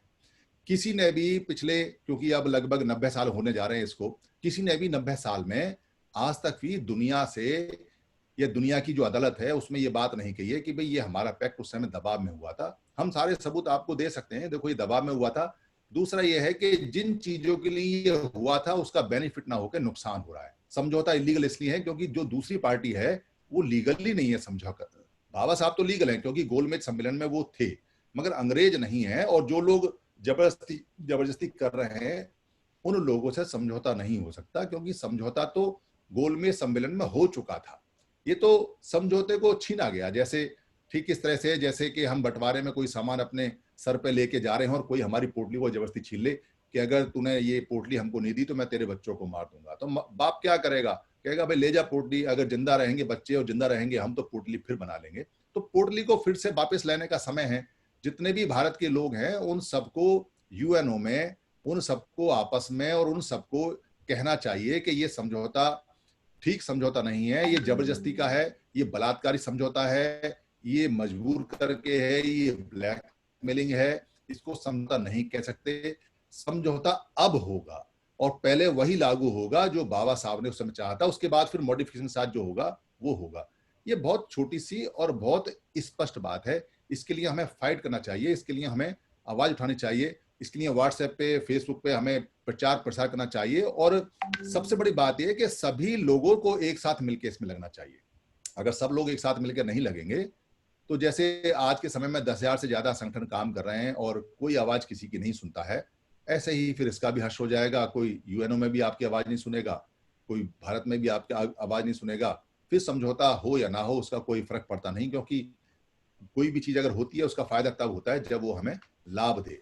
तो अभी लाभ तो हमें इसका हो रहा नहीं है। एक जो पूना पैक्ट में या जो गोलमेज सम्मेलन में जो एक सबसे इंपॉर्टेंट बात निकल के आती है वो ये आती है कि वहां जो कम्युनल अवार्ड थे वो पहले से काफी लोगों को मिले हैं और भी लोगों को कम्युनल अवार्ड मिले हैं। तो कम्युनल अवार्ड यानी कि कम्युनिटी का जो अवार्ड है या कम्युनिटी का जो पंचायत है या कम्युनिटी को जो दिया गया है या जो समुदाय को दिया गया है उसमें जो कमियां थी उनको दूर करने के लिए ताकि वो आगे बढ़े, ऐसे बहुत लोगों को अंग्रेजों ने दिया। किसी और का विरोध नहीं मिलता, कहीं कहीं नहीं, कोई विरोध नहीं मिलता। जो विरोध मिलता है बाबा साहब अम्बेडकर का ही विरोध मिलता है। ये बात मन में बैठा लीजिए कि हम लोग बहुत ज्यादा खास लोग हैं और बाबा साहब अम्बेडकर बहुत ज्यादा खास हैं, क्योंकि खास व्यक्ति होता है उसी के पीछे लोग पड़ते हैं। कोई खास बात होती है, जैसे ओबीसी हैं, अब ओबीसी के पीछे कोई नहीं पड़ता। ओबीसी का महागोल में सम्मेलन में कोई रिप्रेजेंटेशन था भी नहीं। एक मंडल साहब बहुत कोशिश करते रहे मगर ओबीसी जागता नहीं है, ओबीसी को जागने की जरूरत भी नहीं है, ओबीसी का काम चल रहा है, उसे बेचारे को समझ नहीं है। इसलिए जो खास लोग हैं उनमें आपस में झगड़ा होता है। ये जो झगड़ा बाबा साहब अम्बेडकर का और बाकी सब लोगों का है, तो ये बात मानिए कि सारे के सारे जिन्होंने पूना पैक्ट में दम लगाया वो बाबा साहब अकेले उन पर भारी थे। जब बाबा साहब उन पर अकेले भारी थे तो बाबा साहब के जो इतने सारी संतानें और बच्चे हैं इनमें खास बात है। उस खास बात को पहचान लीजिए। दरअसल जितने भी गालियां बनाई गई हैं वो उनकी ग्लोरी है, वो उनकी चमक है। इसलिए किसी और के पीछे नहीं पड़ता कोई, सिर्फ बाबा साहब के बच्चों के पीछे पड़ता है। क्यों? क्योंकि भविष्य के राजा हैं ये, और जो पहले हो चुके हैं वो भी राजा हैं। तो जब झगड़ा हो रहा है तो जो झगड़ा कर रहा है उसको ये पता है अरे यही लोग हैं जो मुझे मार सकते हैं और जो मुझे हटा के राजा बनेंगे, और किसी में दम है भी नहीं। ये बात बुद्ध के समय से है, अशोक के समय से है और आज तक भी है। इसलिए जब कभी आपकी पहचान आप ढूंढोगे तो आपको अचानक से आपकी पहचान बीच में खत्म मिलेगी और आपकी पिछली पहचान गायब मिलेगी। जैसे चमार शब्द है, चमार शब्द बहुत थोड़े समय से आया है। पुराने साहित्य में, पाली के साहित्य में, बुद्ध के समय में, अशोक के समय में कहीं नहीं मिलता। बाद के 700, 800, 1000 साल तक भी कहीं नहीं मिलता। अचानक से चीवर शब्द गायब हो जाता है। अब चीवर शब्द नहीं मिलता कहीं साहित्य में, मगर चमार मिलता है। यानी चीवर गायब हुआ, चमार आ गया। ना चमार गायब हुआ ना चीवर गायब हुआ, सिर्फ बदल दिया, इंटरप्रिटेशन कर दी, लोग भूल गए। तो बुद्ध के अनुयायी जितने चीवर, और चीवर वाले लोग सबसे ज्यादा बुद्धिजीवी और सबसे ज्यादा पढ़े लिखे और सबसे बड़े शासक हुआ करते थे। अशोक महान भी शासक बढ़िया इसलिए बन पाए क्योंकि चीवर वाले लोगों ने पूरा साथ दिया उनका, इसलिए अशोक महान पूरी दुनिया के अंदर सबसे बढ़िया राजा बने। तो अपने मन में ये बात बैठा लीजिए, ये बात अच्छी तरह से स्थापित कर लीजिए, आप खास हो, स्पेशल हो आप। इसीलिए जब आप अच्छा खाते हो तो वो भुगता है, इसलिए जब आप अच्छा बोलते हो तो वो परेशान होता है, इसलिए आप जब अच्छा सोचते हो तो उसका तेल निकलता है, इसलिए जब आप को पढ़ने का मौका मिलता है तो 60 साल के अंदर तो आप जने क्या क्या पढ़ डालते हो।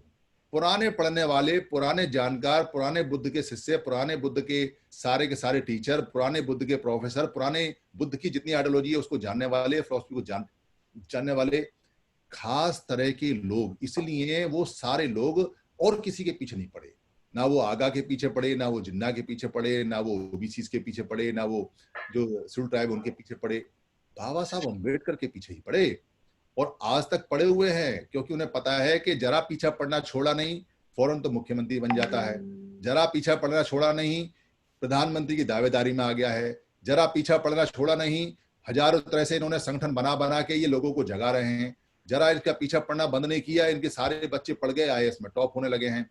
अब इनको अगर आरक्षण ना भी मिले तो भी ये मेरिट में ऊपर जा रहे हैं। जबरदस्ती जबरदस्ती आरक्षण को रोक के बच्चों को रोका जा रहा है, बच्चे फिर भी नहीं रुक रहे हैं तो प्राइवेटाइजेशन करके सारी कंपनियां बंद की जा रही है, बच्चे रुकेंगे फिर भी नहीं, क्योंकि अब तो बौद्धों के लिए सारे देश खुल गए हैं, जितने बुद्धिस्ट हैं उनमें बच्चे जाएंगे और महाराष्ट्र में तैयारी भी हो गई है। इसलिए पूना पैक्ट को दोबारा से अच्छी तरह से जान के और इसको उठा के अपने पुराने अधिकारों की डिमांड और नई डिमांड के साथ साथ पूरी दुनिया से मांगना है, अंग्रेजों से खासतौर से मांगना है, यहाँ के लोगों से नहीं मांगना है। धन्यवाद। साधु साधु साधु।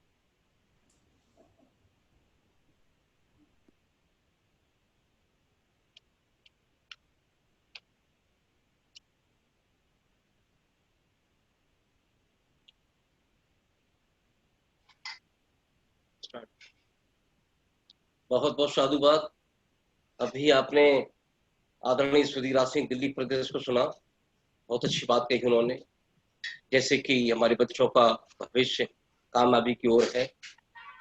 लेकिन पुनः मैं प्रार्थना करूंगा लोगों से कि समय का बहुत विशेष ध्यान रखेंगे और अगली कड़ी में पुनः गुजरात प्रदेश से हैं सुनील वर्मा जी, अगर जुड़ गए हो, मेरी बात उन तक पहुंच रही हो तो कृपया सुनील वर्मा जी, प्रदेश संयोजक गुजरात प्रदेश। माननीय सुनील वर्मा जी अपने कुमार वर्मा जी गुजरात प्रदेश से ऑल हैं, ओवर इंटरनेट ऑप्शन अगर मेरी आवाज सुन रहे हैं तो कृपया अपनी बात रखें। माननीय सुनील वर्मा जी, आपका ऑडियो नहीं आ रहा है तो आप कृपया करके आप अपने जो स्क्रीन पर कॉल ओवर इंटरनेट जो ऑप्शन लिखा आ रहा है उस पर टिक करके अपने माइक को अनम्यूट ऑप्शन माइक ओपन कर लीजिए सर। माननीय सुनील वर्मा जी, कॉल ओवर इंटरनेट यदि आवाज सुन रहे हैं तो उस पर टिक कर लीजिए। अगले वक्ता बुलाइए। अगले वक्ता के रूप में राजकुमार विद्यार्थी साहब, सह संयोजक हिमाचल प्रदेश। आदरणीय राजकुमार विद्यार्थी साहब हिमाचल प्रदेश से हैं, अगर मेरी आवाज सुने तो कृपया वो अपनी बात रखें। नहीं सर, राजकुमार साहब नहीं है सर अभी।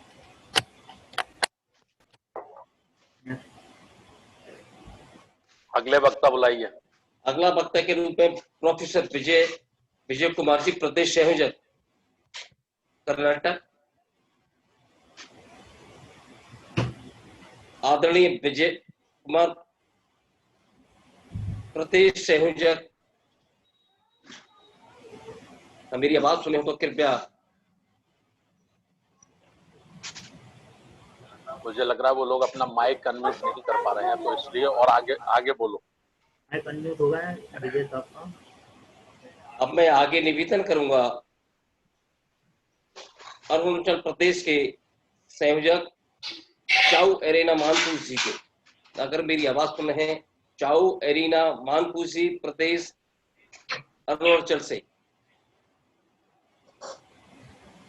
चाउ एरेना मानपुर जी प्रदेश के संयोजक हैं अरुणाचल प्रदेश से, अगर मेरी आवाज सुनने हो तो कृपया वो अपनी बात रखें।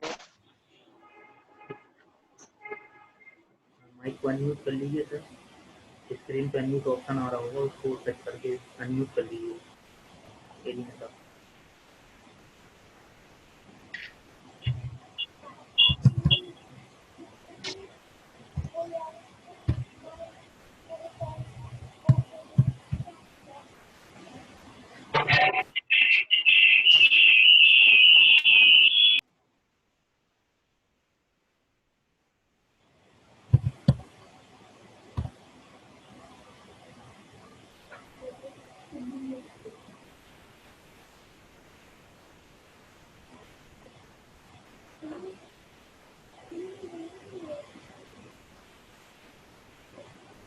अपनी बात शुरू करो।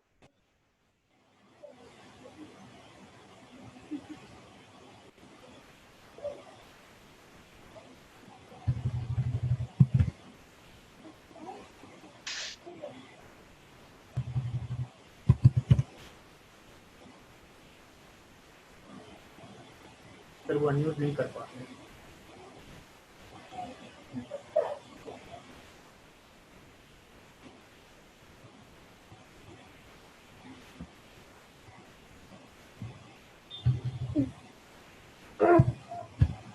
अगले वक्ता आमंत्रित करो। अगले वक्ता के रूप में है झारखंड प्रदेश सम्मानित सुरेंद्र सिंह प्रदेश के संयोजक साहब हैं। मैं उनसे भी आमंत्रित करता हूं, अगर मेरी आवाज को सुनने हो, अगर वेबिनार से जुड़ गए हो तो कृपया सुरेंद्र सिंह जी प्रदेश के संयोजक साहब से निवेदन। हेलो सर, जय भीम सर। मैं सुरेंद्र कुमार जय सिंह। भीम, जय भीम, जय भीम। मैं दिख रहा हूँ क्या? जी जी जी, आप दिखाई दे रहा है। आप अपनी बात वीडियो और ओपन समय कर का लीजिए। विशेष ध्यान। हाँ सर, एक मिनट हो रहा है। To start video start. हाँ सर, मैं दिख रहा हूँ फिर। एक मिनट। जी जी, आप दिखाई दे रहे हैं। हाँ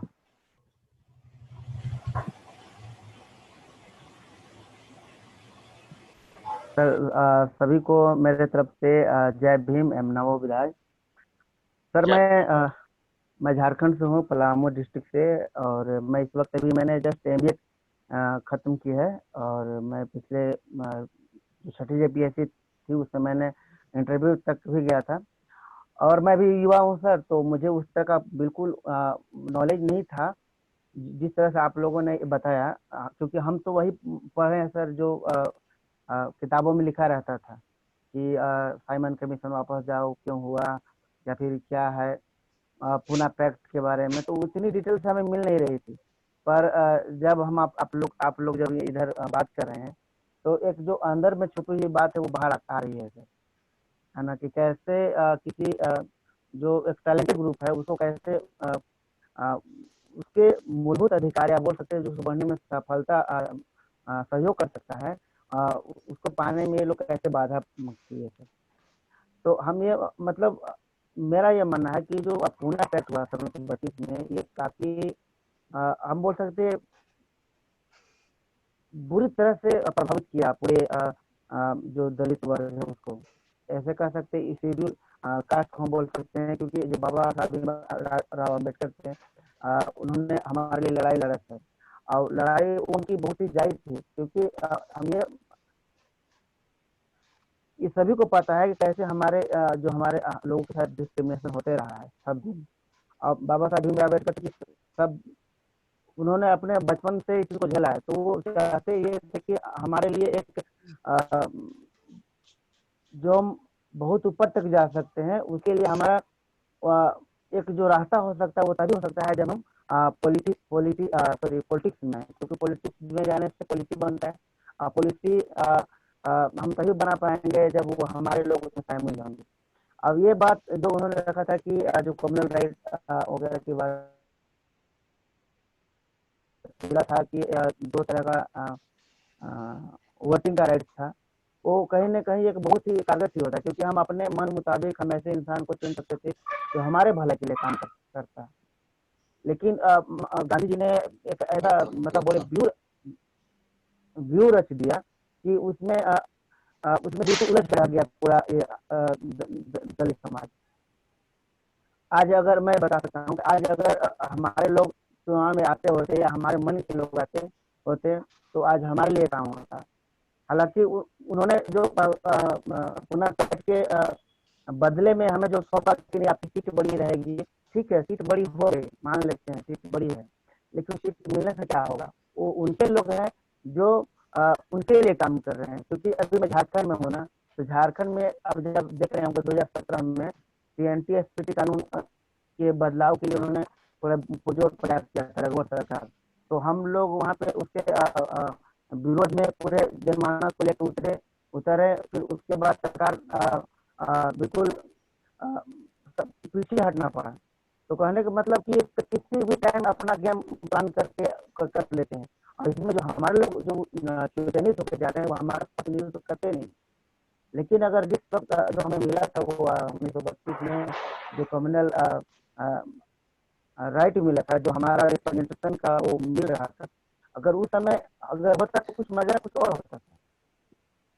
तो मैं ये बोलना चाहता हूँ कि बहुत ही हमारे साथ बहुत ये बोलते ऐतिहासिक है, वो हिस्टोरिकल क्रॉनिकल एक जो बोलते गर्भ में हमें भेज दिया गया। सर मैं अब यही बोलना चाहता हूँ कि ये इस पर एक विचार हो, और हमारी जो मांग है वो एक तरह से एक बड़े जनमानस तक पहुंचे, और सभी लोग आगे आए। जी सर। हेलो, आपकी आवाज आ रही है? हाँ आ रही है सर, मैं बस यही बोलना चाह रहा था बस। बहुत बहुत साधुवाद। सुरेंद्र सिंह जी, प्रदेश संघ झारखंड से अभी आपने सुना। सुनील वर्मा जी आ गए हैं। सुनील वर्मा जी से पूरे निवेदन अगर हमसे जुड़ गए तो कृपया सुनील वर्मा जी अपनी बात रखें।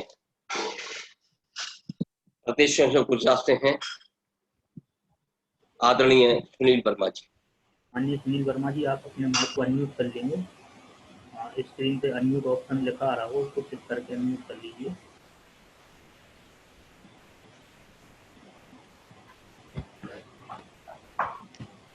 अगले वक्त राजकुमार विद्यार्थी जी तैयार रहें।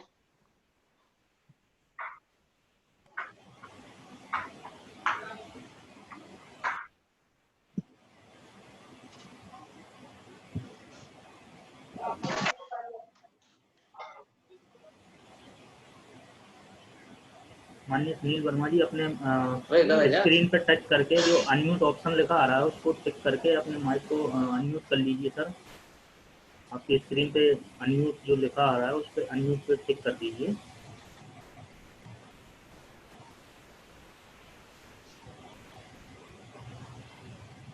जी अपनी बात रखें सर, कंटिन्यू। तो मैं सुनील वर्मा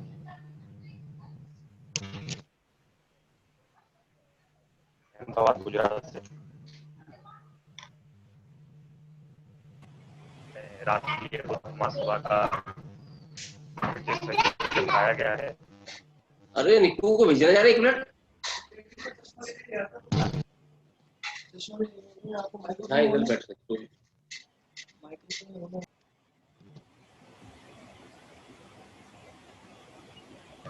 कंटिन्यू रखें सर।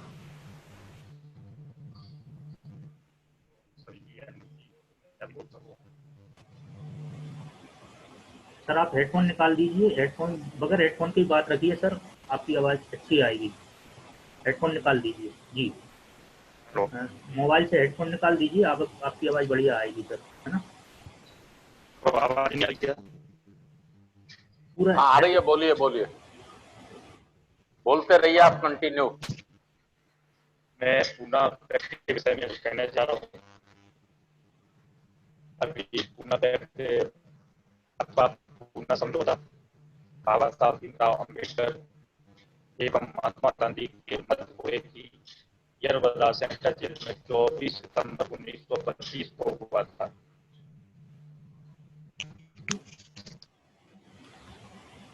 अंग्रेज सरकार ने इस समझौते को सर आप हेडफोन निकाल दीजिए, आपकी वॉइस क्लियर नहीं आ रही है। समझौता के रूप में अनुमति प्रदान की थी।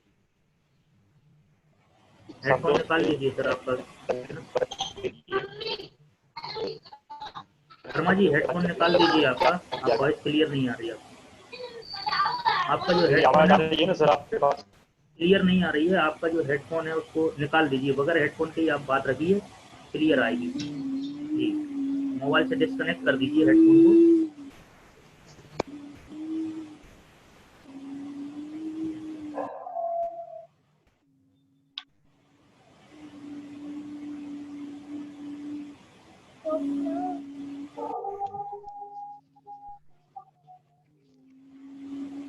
जी बात रखें सर।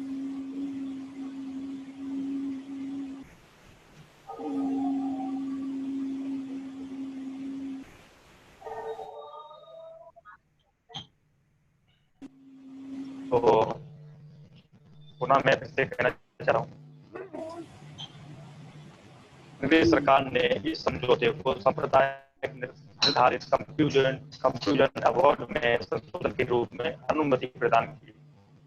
समझौते में दलित वर्ग के लिए पृथक निर्वाचक मंडल को त्याग दिया गया, लेकिन दलित वर्ग के लिए आरक्षित सीटों की संख्या राष्ट्रीय विधानमंडल में 71 से बढ़ाकर 147 और केंद्रीय विधायिका में कुल सीटों की संख्या 18% कर दी गई।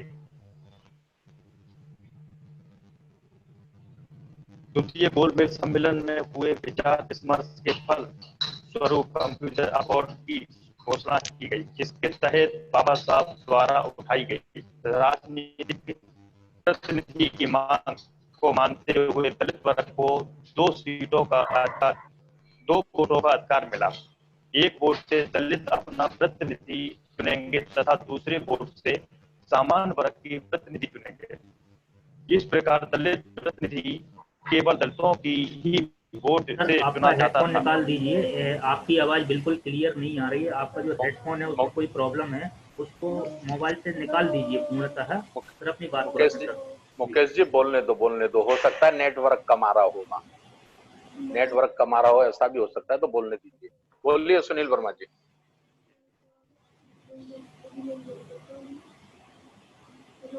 तो द्वितीय गोलमेज सम्मेलन में हुए विचार विमर्श के फल स्वरूप कंप्यूटर अवार्ड ने घोषणा की, जिसके तहत बाबा साहब द्वारा उठाई गई राजनीतिक प्रतिनिधित्व की मांग को मानते हुए दलित वर्ग को 2 वोटों का अधिकार मिला। एक वोट से दलित अपना प्रतिनिधि चुनेंगे तथा दूसरी वोट से सामान्य वर्ग का प्रतिनिधि चुनेंगे। इस प्रकार दलित प्रतिनिधि केवल दलितों की ही वोट से चुना जाता था। दूसरे शब्दों में उम्मीदवार भी दलित वर्ग का तथा मतदाता भी केवल दलित वर्ग का ही। 16 अगस्त 1932 को ब्रिटिश प्रधानमंत्री ने सांप्रदायिक पंचायत की घोषणा की, जिसमें दलितों सहित 11 समुदायों को पृथक निर्वाचन मंडल प्रदान किया गया। दलितों के लिए की गई पृथक निर्वाचक मंडल की व्यवस्था का गांधी जी ने विरोध किया। 20 सितंबर 1932 को गांधी जी ने प्रारंभ किया। 26 सितंबर 1932 को राजेंद्र प्रसाद एवं मदन मोहन मालवीय के प्रयासों से गांधी जी और अम्बेडकर के मध्य पूना समझौता हुआ, जिसमें संयुक्त हिंदू निर्वाचन व्यवस्था के अंतर्गत दलितों के लिए स्थान आरक्षित रखने पर सहमति बनी। इस समझौते को पुना पैक्ट भी कहा जाता है। दलित प्रतिनिधि को चुनने में गैर दलित वर्ग के अर्थात सामान्य वर्ग का कोई दखल न था, परंतु दूसरी ओर दलित वर्ग अपनी दूसरी वोट के माध्यम से सामान्य वर्ग के प्रतिनिधि को चुनने से अपनी भूमिका निभा सकता था। गांधी जी इस समय पूना की जेल में थे। कंप्यूटर अवार्ड की घोषणा होते ही पहले तो उन्होंने ब्रिटिश प्रधानमंत्री को पत्र लिखा, लेकर इसे बदलवाने का प्रयास किया, परंतु जब उन्होंने देखा कि यह निर्णय बदला नहीं जाता, तो उन्होंने मरम्मत रखने की घोषणा की।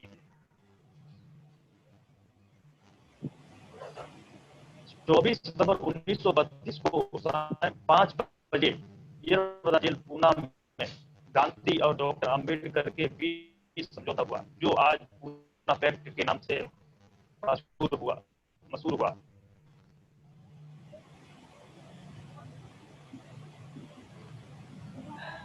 इस समझौते में डॉक्टर बाबा साहब अम्बेडकर को कंप्यूटर अवार्ड में मिले पृथक निर्वाचन के अधिकार को छोड़ना पड़ा तथा संयुक्त निर्वाचन जैसा कि आजकल है पद्धति को स्वीकार करना पड़ा, परंतु साथ ही कंप्यूटर अवार्ड से मिली 71 आरक्षित सीटों का बजाय पूना पैक्ट में आरक्षित सीटों की संख्या बढ़ाकर 148 करवा ली। साथ ही अद्भुत लोगों के लिए प्रत्येक दाता में शिक्षा अनुदान एवं पर्याप्त राशि नियत करवाई और सरकारी नौकरी से बिना किसी भेदभाव के दलित वर्ग के लोगों की भर्ती को सुनिश्चित किया। इस समझौते पर हस्ताक्षर करके बाबा साहब ने गांधी जी को जीवन दान दिया। बाबा साहब अम्बेडकर इस समझौते से असमाधानी थे। उन्होंने गांधी के इस अनशन को उनके राजनीतिक अधिकारों से वंचित करने और उन्हें उनकी मांग से पीछे हटने के लिए दबाव डालने के लिए गांधी द्वारा खेला गया एक नाटक करार दिया। 1940 में बाबा साहब अम्बेडकर ने इस समझौते का धिक्कार किया। उन्होंने स्टेट ऑफ माइनॉरिटी इस अपने ग्रंथ में भी पुनः व्यक्त संबंधी नाराजगी व्यक्त की। ये पुनः व्यक्त के विषय में मैंने आपको बताया।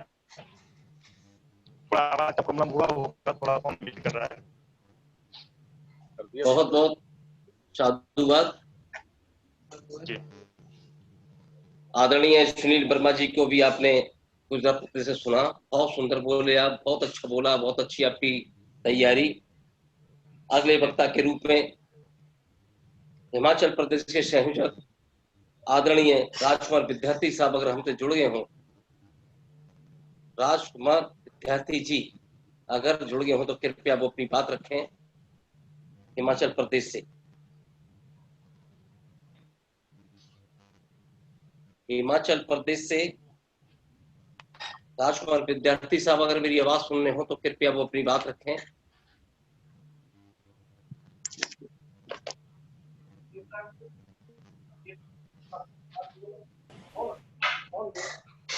सर वो उनका नाम नहीं आ रहा है, उनका नाम नहीं आ रहा है, तो फिर मैं अभी अरुणाचल प्रदेश से पुनः प्रार्थना करूंगा चाउ एरिना मानकुस जी से, अगर वो जुड़ गए हो तो कृपया अपनी बात रखें। अरुणाचल प्रदेश से चाउ एरिना मानकुस जी प्रदेश के संयोजक हैं। मेरी पुनः प्रार्थना माननीय चाउ एरिना मानकुस जी के लिए जो प्रदेश के संयोजक हैं, वो कृपया अपनी बात रखें।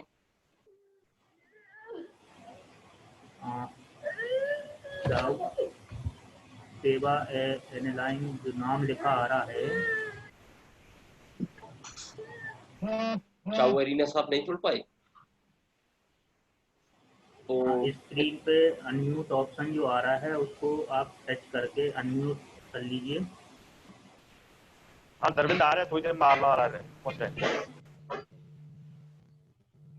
भोपाल नाके भी नहीं आएंगे, भोपाल पहुंचेंगे। हेलो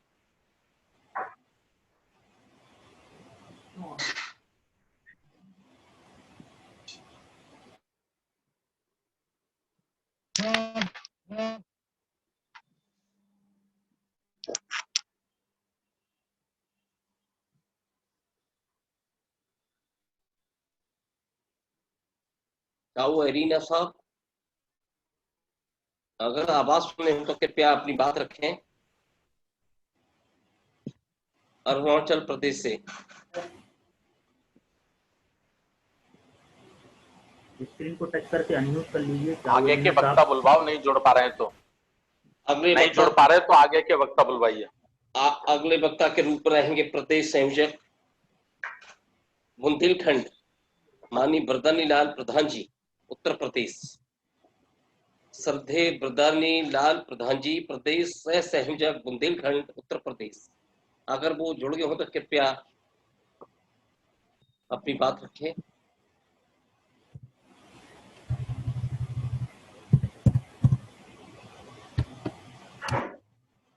अभी जो तीन वक्ता के रूप में है राजकुमार विद्यार्थी साहब, चाउ एरिना मानकुस जी और बरदानी प्रधान जी, कोई भी साथी में जुड़ा है तो कृपया अपनी बात रख सकते हैं। मुकेश भौज जी उन्हें निवेदन कि अगर ये बरदान साहब का भी नाम नहीं आ रहा। चलिए कोई बात नहीं, आगे चलिए। जो लोग नहीं जुड़ पा रहे हैं कोई बात नहीं। बहुत बहुत साधुवाद। आगे को आप कार्यक्रम को बढ़ाते हुए जिन विशिष्ट अतिथियों ने आज पूना पैक्ट धिक्कार पे अपने विचार रखे, सराहनीय, बहुत सुंदर तैयारी के साथ वो जुड़े हम लोगों से। टेक्निकली थोड़ी बहुत व्यवधान रहा, लेकिन लोगों ने सुना, संपर्क के समस्त बुद्धिजीवियों ने आपको सुना। कार्यक्रम को आगे बढ़ाते हुए साथियों बता देना चाहता हूँ, आज कार्यक्रम के मुख्य अतिथि के रूप में माननीय बादल सिंह भौत जी, जो राष्ट्रीय कार्यकारी अध्यक्ष भी हैं, और कार्यक्रम की अध्यक्षता रहेगी संसभा के अध्यक्ष महोदय माननीय धर्मपाल भारती जी की। और आभार और समापन हमारे मार्गदर्शक आचार्य जी, बालाघाट मध्य प्रदेश इंजीनियर किशोर भौत जी रहेंगे। और साथियों, मेरे आपसे पुनः प्रार्थना की आप बड़े ध्यान से सुनेंगे। अब मैं कार्यक्रम आगे बढ़ाते हुए आज के मुख्य अतिथि राष्ट्रीय कार्यकारी अध्यक्ष पूना मध्य प्रदेश से बिलोंग के लिए आदरणीय बादल सिंह भौत जी से मैं निवेदन करूंगा कि पूना पैक्ट का धिक्कार क्यों विषय पर चर्चा करें। आदरणीय बादल सिंह भौत जी। बहुत बहुत साधुवाद माननीय संचालक महोदय जी।